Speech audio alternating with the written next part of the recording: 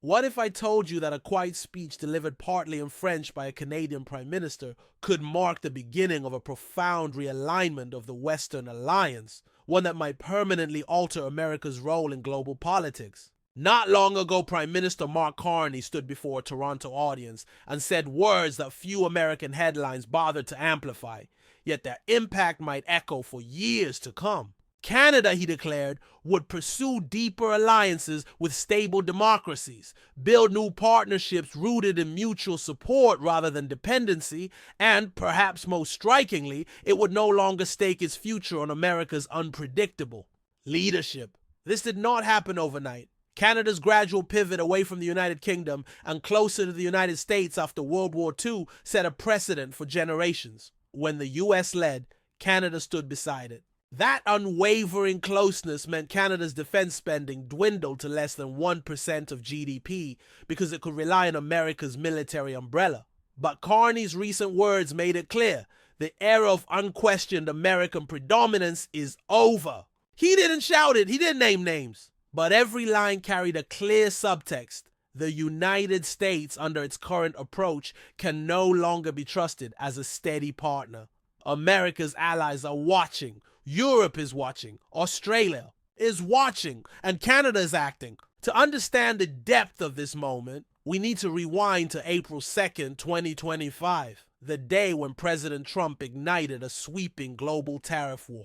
He imposed harsh new taxes on imports from friends and foes alike. Aluminum, steel, electronics, and even basic agricultural goods. What was branded as America First quickly became retaliation everywhere else. Trading partners fired back, relationships strained, and the fragile trust that held alliances together began to crack. Amid this upheaval, Carney made a simple, yet radical promise. Canada will not wait to see how erratic American leadership plays out. It will prepare for a future where its prosperity and security are not chained to an unpredictable neighbor. He chose to deliver the most pointed lines in French, a language not easily understood by most Americans, perhaps to avoid an immediate rhetorical clash with Washington. But the message was unmistakable. Canada intends to build its security and prosperity through alliances with countries that share its democratic values and a commitment to stability. Mutual support over mutual dependency, Carney said, repeating a phrase that should send chills through the halls of power in Washington. In plain terms, he meant Canada will not let itself be held hostage to American economic mood swings. To back his words with action, Carney made a historic announcement. Canada's defense spending will hit NATO's 2% of GDP target this year, 5 years ahead of schedule. But unlike in the past, this increase isn't about appeasing American demands. It's about safeguarding Canada's sovereignty, even from America if it must. For decades, the United States urged Canada to shoulder more of its defense burden. But that gentle push turned into an angry shove during Trump's first term. Now, rather than yield to pressure, Canada is rewriting the rules. It will spend more, but in a way that strengthens its own industries and reduces its reliance on U.S. suppliers. Consider Canada's aging military. Only one of its 4 submarines is seaworthy. Less than half its naval and land vehicles are operational. Rather than plead with the U.S. for upgrades, Canada is investing at home.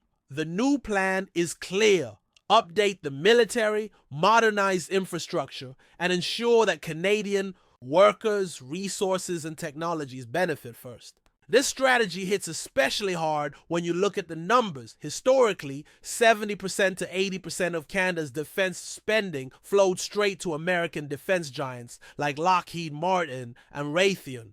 One of the biggest examples is the F-35 fighter jet program, a single project worth over $70 billion to U.S. contractors. Carney's government has signaled it may walk away from that deal altogether, exploring alternatives such as Sweden's Saab Gripen instead. Why would Canada abandon the crown jewel of American military exports? Because it no longer trusts that doing business with Washington is a safe bet. Tariffs on Canadian aluminum and steel, the same metals that go into building jets and warships, turned what was once a dependable trading relationship into a liability. Canada's solution is bold.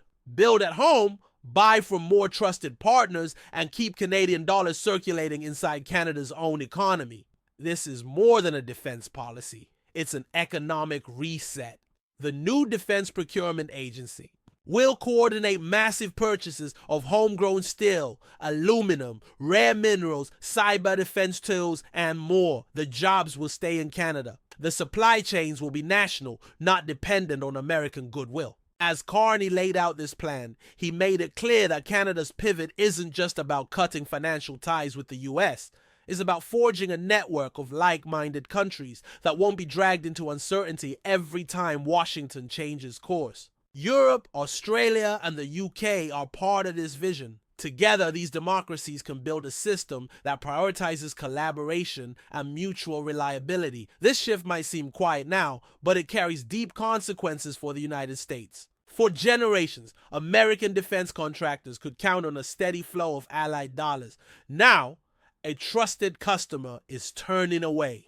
When those billions stop flowing, American factories lose contracts, American workers lose orders, and American policymakers lose leverage. And it might not stop with Canada. Other countries are watching closely. If Canada can break the cycle of dependency and come out stronger, who might follow?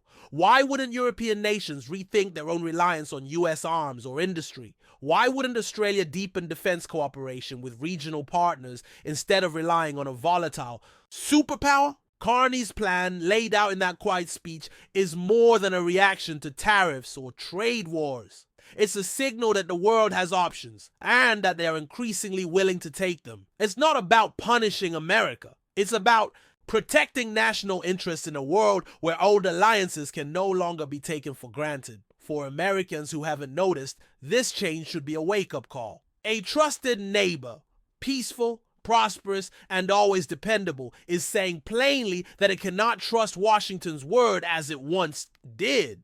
And while Trump's administration tweets about victories and threats, Canada is building alternatives that don't include the United States at the center. For the rest of the world, Carney's message is an invitation. Join us in a network of stable democracies where trade isn't weaponized, alliances aren't transactional, and mutual respect replaces mistrust. It's an appeal to all who feel battered by unpredictable tariffs and economic coercion. What comes next is not a dramatic break overnight. Canada won't shut the door on America entirely, but the relationship is changing fundamentally. From cozy dependency to cautious partnership. For many in Canada and beyond, this is long overdue. So while headlines focus on the chaos of tariffs and trade wars, a deeper realignment is happening quietly. Canada's pivot might be the first crack in a system that once assumed American leadership was permanent. And if other nations follow, the post-war world order may give way to a new era, one where no country, not even the United States, can dictate the terms alone. Carney's speech may not have made front pages in America, but make no mistake, its message is resonating far beyond Ottawa. Canada is done being chained to a partner who might turn tomorrow's handshake into today's tariff. And in choosing a path of mutual support over dependency, Canada is telling the world that trust must be earned. And once lost, it does not easily return.